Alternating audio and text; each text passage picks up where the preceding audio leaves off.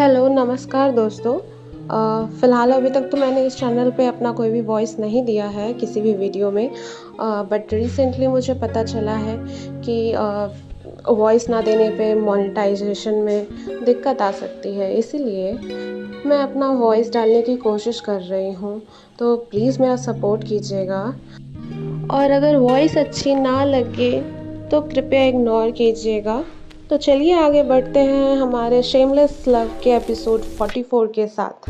अभी तक आपने पढ़ा होगा कि रुद्राक्ष जैसे ही सिया का टकना ठीक करता है, वैसे ही हलचल के कारण सिया का बाथरोब कंधे से खिसक जाता है और तभी रुद्राक्ष की नज़र सिया के क्लीवेज के पास मौजूद एक गहरे नीले निशान पर पड़ती है।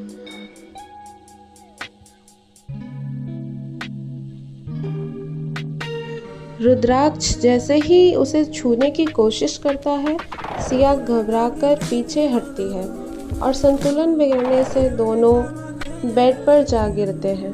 रुद्राक्ष बेहद गंभीर होकर उस चोट के बारे में पूछता है।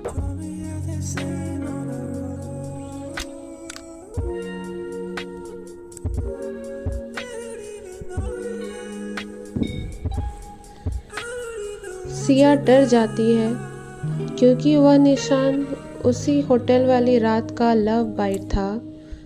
सिया उसे किसी अजनबी का दिया हुआ निशान समझ रही थी, पर वह इस बात से अनजान थी कि यह निशान खुद रुद्राक्ष ने ही उसे दिया है। सिया झूठ बोलकर बात टालने की कोशिश तो करती है, पर रुद्राक्ष समझ जाता है कि वह झूठ बोल रही है।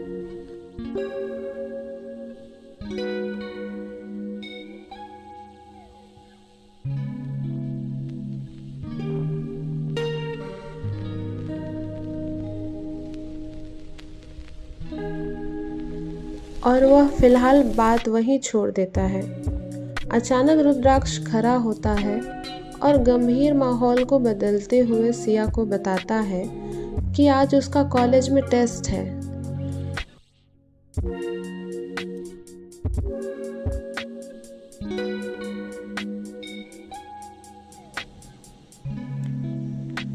उसने बताया कि खुराना खानदान के रसूख के कारण डीन और टीचर्स सुबह 5 बजे सिर्फ उसके स्पेशल एक्स्ट्रा क्लासेस के लिए कॉलेज पहुंच रहे हैं। रुद्राक्ष उसे तुरंत तैयार होने को कहता है।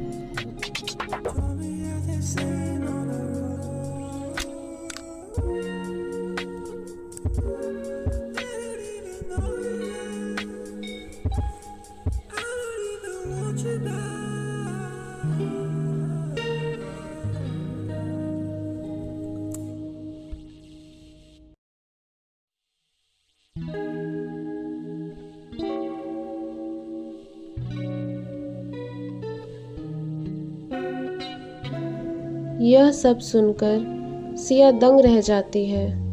अब उसे समझ आ जाता है कि ऐसे कॉलेज के मिड सेशन में उसका आसानी से एडमिशन होना और कॉलेज में मिला वीआईपी ट्रीटमेंट उसकी खुशकिस्मती नहीं, बल्कि खुराना खानदान और रुद्राक्ष की ताकत का खौफ था।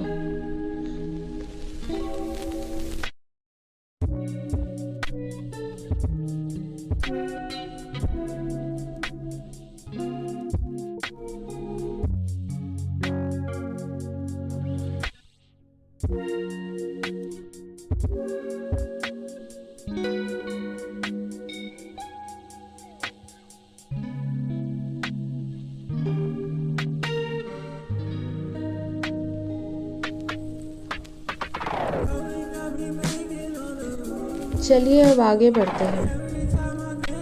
इतना कहकर रुद्राक्ष जैसे ही मुड़ा और जाने लगा, सिया के दिल में एक ठेस सी लगी। उसे शायद ये सब सुनकर अच्छा नहीं लगा। उसका स्वाभिमान उसे और मदद लेने से मना कर रहा था। उसने तुरंत खुद को बिस्तर पर पीछे खींचा, गुस्से और बेबसी में आकर कंबल को अपने ऊपर ओढ़ लिया और मुंह फेरते हुए नाराजगी और रोनी आवाज में एक ही सांस में बोली, नहीं, इसकी कोई ज़रूरत नहीं है। मैं खुद चली जाऊंगी। मैं अपनी चीज़ें खुद संभाल सकती हूँ। मुझे किसी की मदद नहीं चाहिए।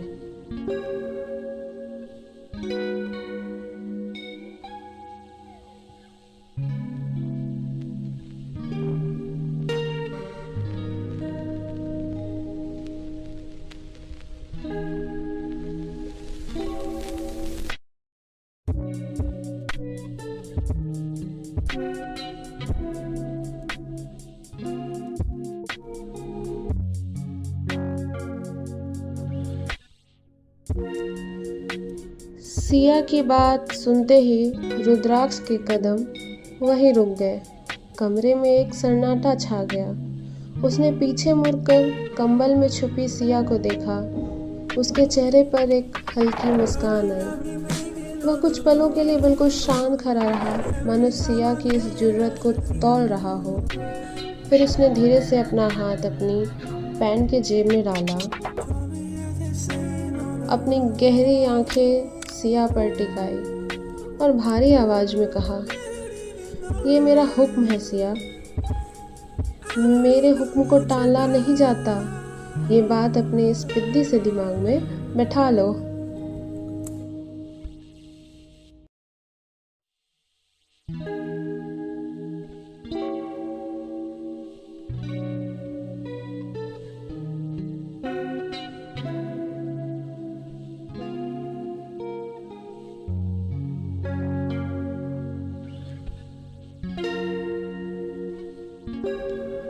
रुद्राक्ष के इन चंद शब्दों में ऐसा खौफ और रौब था कि सिया का गला सूख गया। उसने डर के मारे सहमते हुए अपने ऊपर से कंबल हटाया और रुद्राक्ष की तरफ देखा। रुद्राक्ष की आवाज़ का खौफ सीधे सिया के दिल में उतर चुका था। फिर रुद्राक्ष ने अपनी घड़ी की तरफ देखा और बेहद ठंडे मगर शरारती लहजे में कहा, 10 मिनट।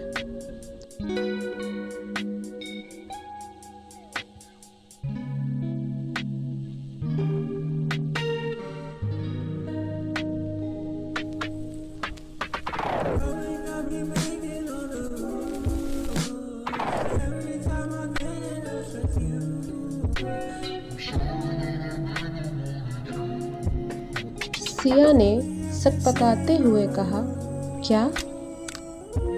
रुद्राक्ष के होठों पर एक शातिर मुस्कान उभर आई। सुबह के 4:30 होने वाले हैं। सिर्फ 10 मिनट है तुम्हारे पास डार्लिंग।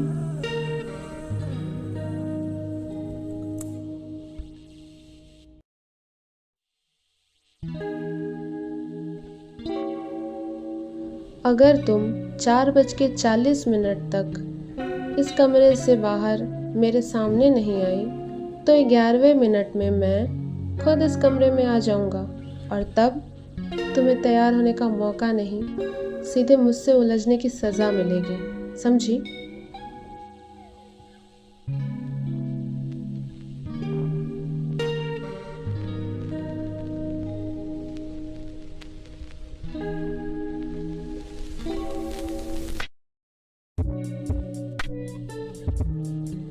रुद्राक्ष के बोलने के अंदाज में वो कातिलाना कशिश थी जो किसी को भी अपने घुटनों पर ले आए। सिया भला उस चुंबकीय आकर्षण के आगे खुद को कैसे बचा पाते।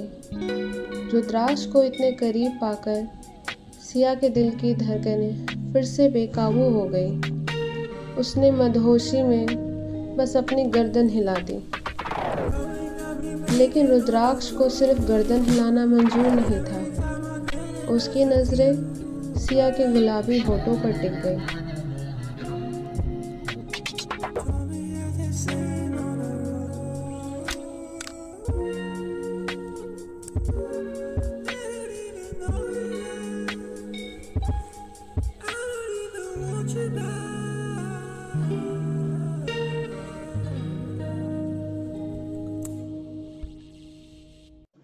उसने अपने अंगूठे से सिया की ठुड्डी को हल्का सा ऊपर उठाया, उसके चेहरे को थोड़ा करीब खींचा और अपनी बात पर जोर देते हुए फुसफुसाया, ज़ुबान से बोलो सिया, मुझे तुम्हारे इन खूबसूरत होठों से हाँ सुनना है। सिया ने घबराते हुए थूक निकला और टूटी फूटी आवाज़ में कहा, जी जी, मैं समझ गई। सिया का जवाब सुनकर रुद्राक्ष के चेहरे पर एक शरारती मुस्कान उभरी और उसने कहा, अच्छी बात है, गुड गर्ल।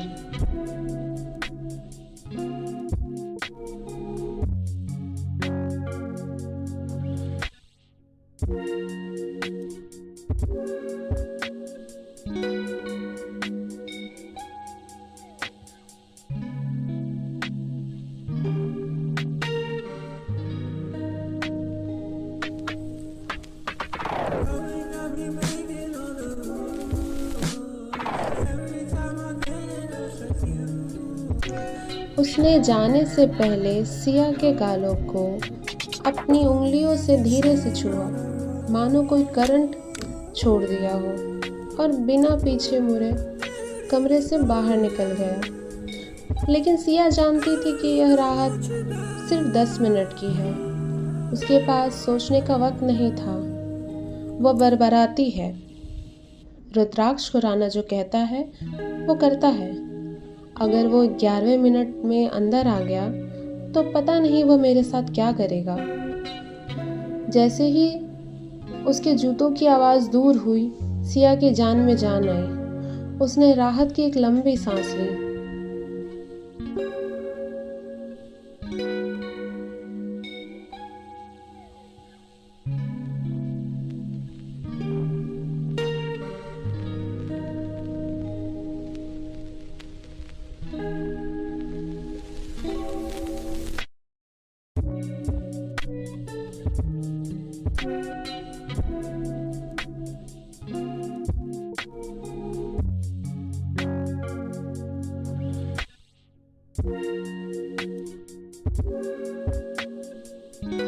शुक्र है भगवान का वह गया, वरना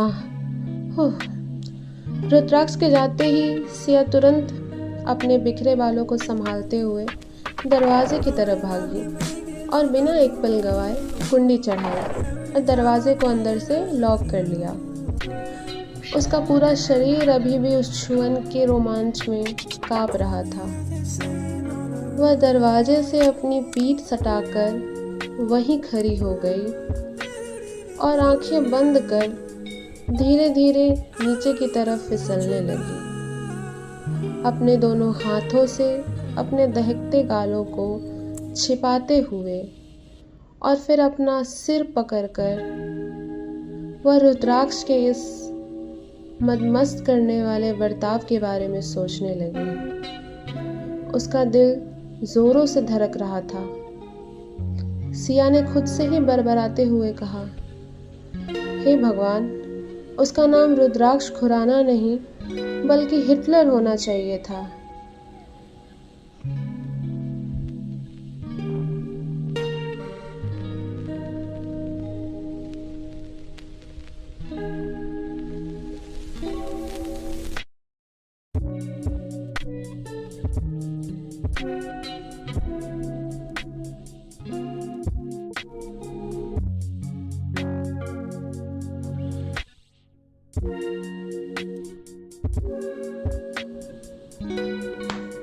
क्योंकि उसके काम, उसकी बातें, उसका हर अंदाज, सब कुछ किसी तानाशाह की तरह ही है।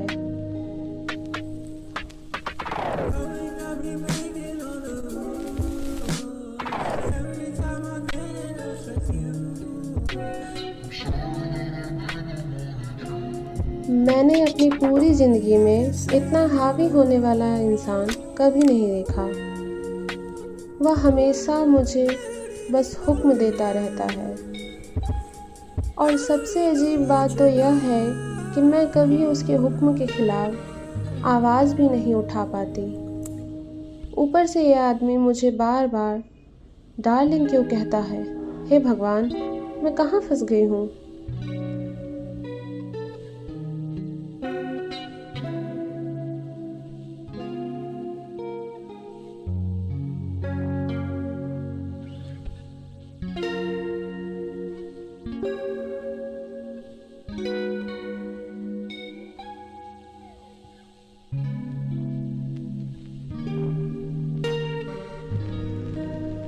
उसे रुद्राक्ष के इस हक जताने वाले अंदाज पर गुस्सा तो आ रहा था, लेकिन इस वक्त वह खुद पर और अपनी इस बढ़ती बेबसी पर सबसे ज़्यादा शर्मा और चिढ़ रही थी।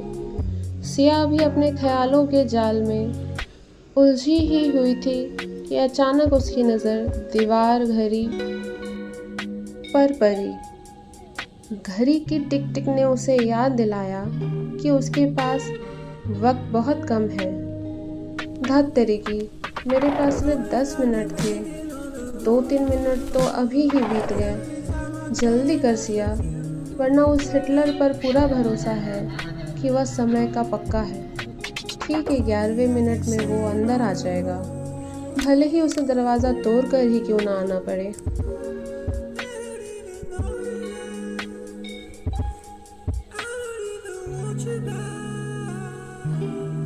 सिया बिना वक्त बर्बाद किए अलमारी की तरफ दौड़ी।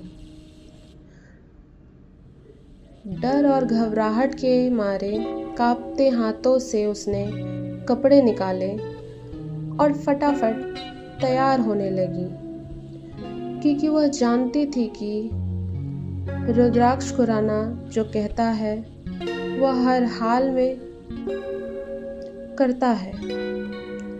ठीक 10 मिनट बाद उसके कमरे के दरवाजे पर एक जोरदार दस्तक हुई।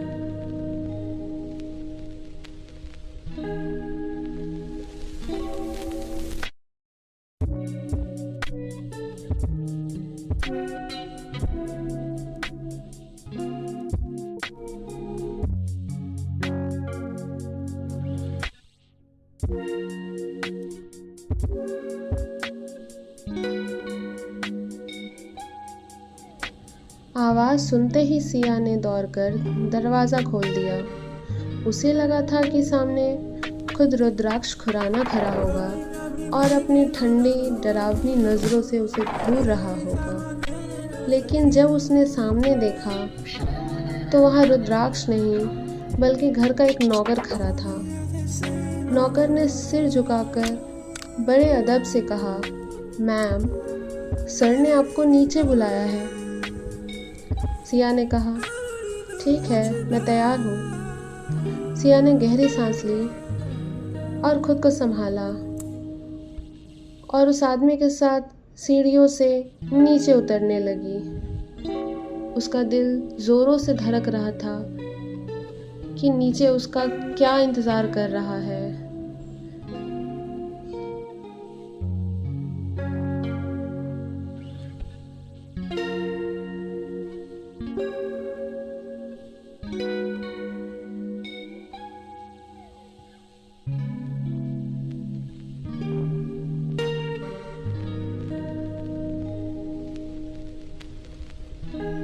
लेकिन जैसे ही वे नीचे पहुंचे, नौकर मुख्य दरवाजे की तरफ जाने के बजाय दूसरी तरफ मुड़ गया और उसने इशारा करते हुए कहा, मैम, चलिए इस तरफ आइए।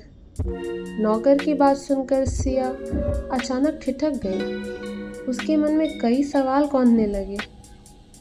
उसने हैरान और संशयी नज़रों से नौकर को देखा और पूछा, लेकिन क्या हम यहाँ से बाहर नहीं जा रहे?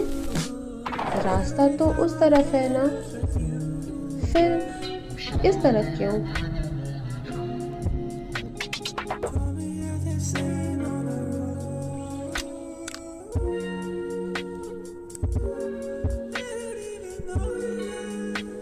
तो आज का ये एपिसोड यहीं पर ख़त्म होता है। उम्मीद है आपको पसंद आया होगा और आगे आप मेरा सपोर्ट करेंगे। मैं जल्दी जल्दी ही अपलोड करने की कोशिश करूँगी। अगले एपिसोड में पढ़ेंगे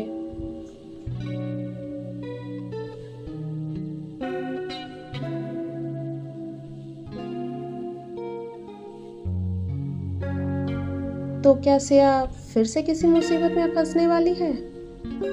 क्या होने वाला है आगे जानने के लिए पढ़े अगला एपिसोड। बने रहिए हमारे साथ।